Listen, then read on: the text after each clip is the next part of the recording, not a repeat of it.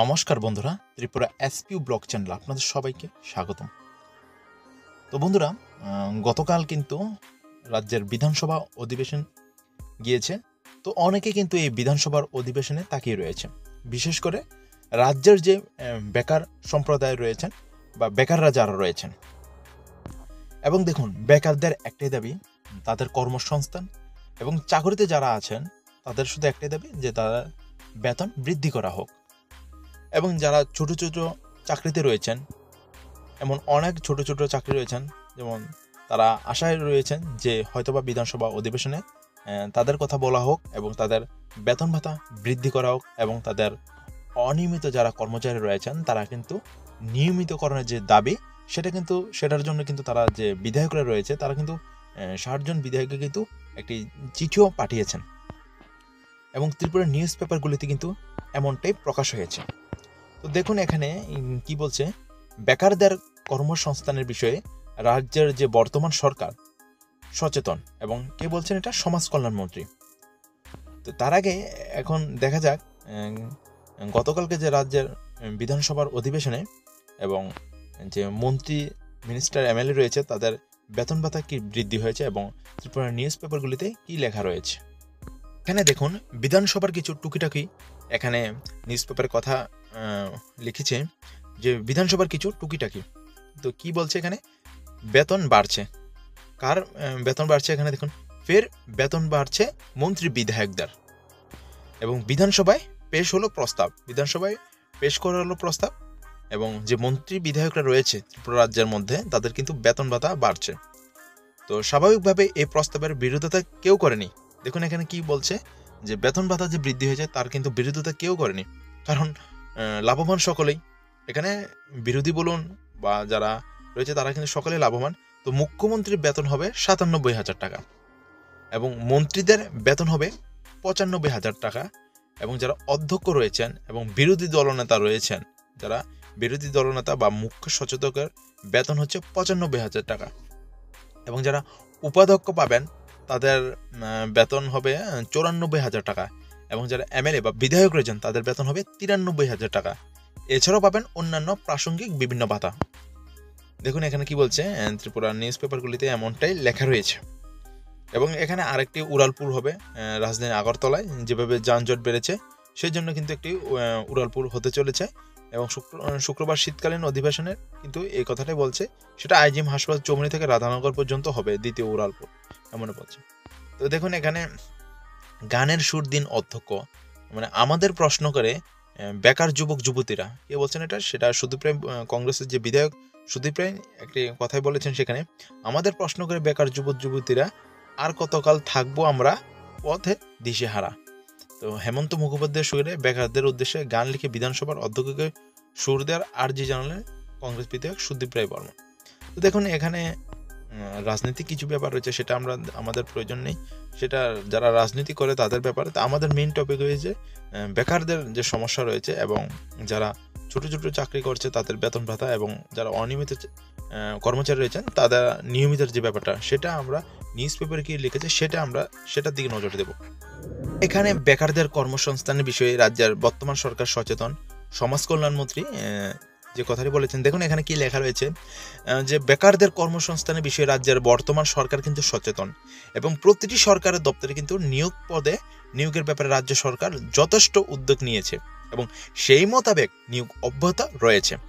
তো বর্তমান সরকার ক্ষমতায় আসার পরে একটি স্বচ্ছ নিয়োগ নীতি প্রণয়ন করেছেন, এবং ইতিমধ্যেই এই নিয়োগ নীতির মাধ্যমে বর্তমান সরকার বিভিন্ন দপ্তরে নিয়োগ করে চলেছে। তো আজ বিধানসভায় এক বেসরকারি প্রস্তাবের উপর আলোচনায় অংশ নিয়ে সমাজ কল্যাণ ও সমাজ শিক্ষামন্ত্রী টিঙ্কু রায় একথা বলেছেন। তিনি বিধানসভায় একথাটি বলেছেন। তো বিধায়ক নয়ন সরকারের আনা বেসরকারি যে প্রস্তাবটি ছিল, ত্রিপুরা সরকারের দপ্তরগুলিতে বিভিন্ন শ্রেণীর শূন্য অবস্থায় পড়ে থাকা পদগুলি পূরণ করার জন্য রাজ্য সরকার বিশেষ উদ্যোগ গ্রহণ করুক। তো বেসরকারি এই প্রস্তাবের উপর আলোচনা করলেন বিধায়ক সুদীপ রায় বর্মন, এবং বিধায়ক নির্মল বিশ্বাস, এবং বিধায়ক কিশোর বর্মন, এমন অনেকে রয়েছেন। তো এখানে সমাজ কল্যাণ মন্ত্রী টিঙ্কু রায় বলেন যে বর্তমান সরকার আমলে ৩১ ডিসেম্বর ২০২৪ পর্যন্ত বিভিন্ন দপ্তরে নিয়মিত কর্মচারী হিসেবে ১৩,৬৫৪ জনকে নিয়োগপত্র দেওয়া হয়েছে। তো দেখুন এখানে কি বলছে, 13,654 জন কিন্তু নিয়োগ পদে দেওয়া হয়েছে এও নিয়মিত কর্মচারী হিসেবে। এছাড়া জিআরবিটি গ্রুপ ডি পদে কিন্তু 2437 জনকে ইতিমধ্যে কিন্তু নির্বাচিত করা হয়েছে এবং শীঘ্রই তাদেরকে কিন্তু বিভিন্ন দপ্তরে পোস্টিং দেওয়া হবে। এছাড়াও অনিয়মিত কর্মচারী হিসেবে এখন পর্যন্ত বর্তমান সরকার আমলে 12,419 জনকে কিন্তু বিভিন্ন পদে নিযুক্তি দেওয়া হয়েছে। আবার এর মধ্যে অঙ্গনওয়াড়ি ওয়ার্কার হিসেবে 1039 জন, মানে 1039 জন, এবং অঙ্গনওয়াড়ি হেল্পার হিসেবে 1160 জন, এবং আরক্ষা প্রশাসনে এসপি পদে, যারা এসপি পদে রয়েছেন তাদের কিন্তু 1262 জনকে কিন্তু নিয়োগপত্র দেওয়া হয়েছে। তো সেটা বিভিন্ন দপ্তরে আবার আউটসোর্সিং এবং চুক্তির ভিত্তিতে কিন্তু 5,771 জন, এবং বিভিন্ন বেসরকারি এবং সরকারি প্রতিষ্ঠানে 2,987 জনকে সিকিউরিটি গার্ড এবং অন্যান্য পরিষেবার ক্ষেত্রে নিয়োগ করা হয়েছে। তো তিনি আরো বলেন, রাজ্য পুলিশের দপ্তরে এসআই 1916 জন, কনস্টেবল 916 জন কনস্টেবল, এবং 6,067 জন স্পেশাল এক্সিকিউটিভ পদে কিন্তু নিয়োগ। তো 100 জন এমপিডব্লিউ, 229 জন পিআই, এবং 304 জন ফায়ারম্যান, এবং 25 জন ড্রাইভার সহ বিভিন্ন দপ্তরে কিন্তু 9,626টি পদে কিন্তু নিয়োগ প্রক্রিয়া চলছে। এছাড়াও সম্প্রতি রাজ্যের মন্ত্রিসভা কিন্তু বিভিন্ন দপ্তরে 2,627টি পদের লোক নিয়োগের জন্য অনুমোদন দিয়েছে। তো এ কথা সমাজ কল্যাণ মন্ত্রী কিন্তু আরও অনেক কথা এখানে বলেন। তো এখানে অনেক কথা বলেন যে বেকার যুবতীদের জন্য কর্মসংস্থানের কথা ভেবে রাখা হয়েছে, এবং জনজাতিদের জন্য এখানে উপকৃত হবেন এমন কিছু ভেবে রেখেছেন, এবং কত জমির মধ্যে হেক্টর জমিতে রাবার গাছ রোপণ করা, এমন অনেক কথা লেখা হয়েছে, যেটা বর্তমান সরকার বেকারদের কথা চিন্তা করে কাজ করে গেছেন। তো এখানে অনেক কথা লেখা রয়েছে, আপনারা যদি এই পেপারটিতে পড়েন বা ত্রিপুরার যে নিউজ পেপারে লেখা রয়েছে সেটা পড়লে কিন্তু আপনারা এখানে বুঝে নেবেন কি কি আরও বর্তমান সরকার করছে। তো এখন দেখার বিষয় যে রাজ্যের বেকারদের জন্য বিধানসভা অধিবেশনে কি কি প্রস্তাব উঠে আসে, এবং যতগুলি দপ্তরে কর্মসংস্থানের জন্য কোটা খালি রয়েছে সেটা কত সম্ভব পূরণ করা হোক, এবং ত্রিপুরা পুলিশ স্পেশাল এক্সিকিউটিভ এবং ফায়ারম্যান পদে যারা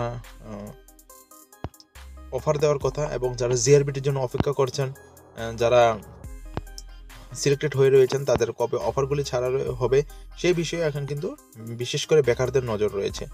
এবং সামনের দিকে কি কি হতে চলেছে বা কি হবে, এবং কি কি পোস্ট আসবে, কি কি দপ্তরে নিয়োগ প্রক্রিয়ার জন্য ভ্যাকেন্সি খালি করা হবে, সেটাই কিন্তু এখন রাজ্যের বেকাররা কিন্তু উৎপেটে রয়েছে।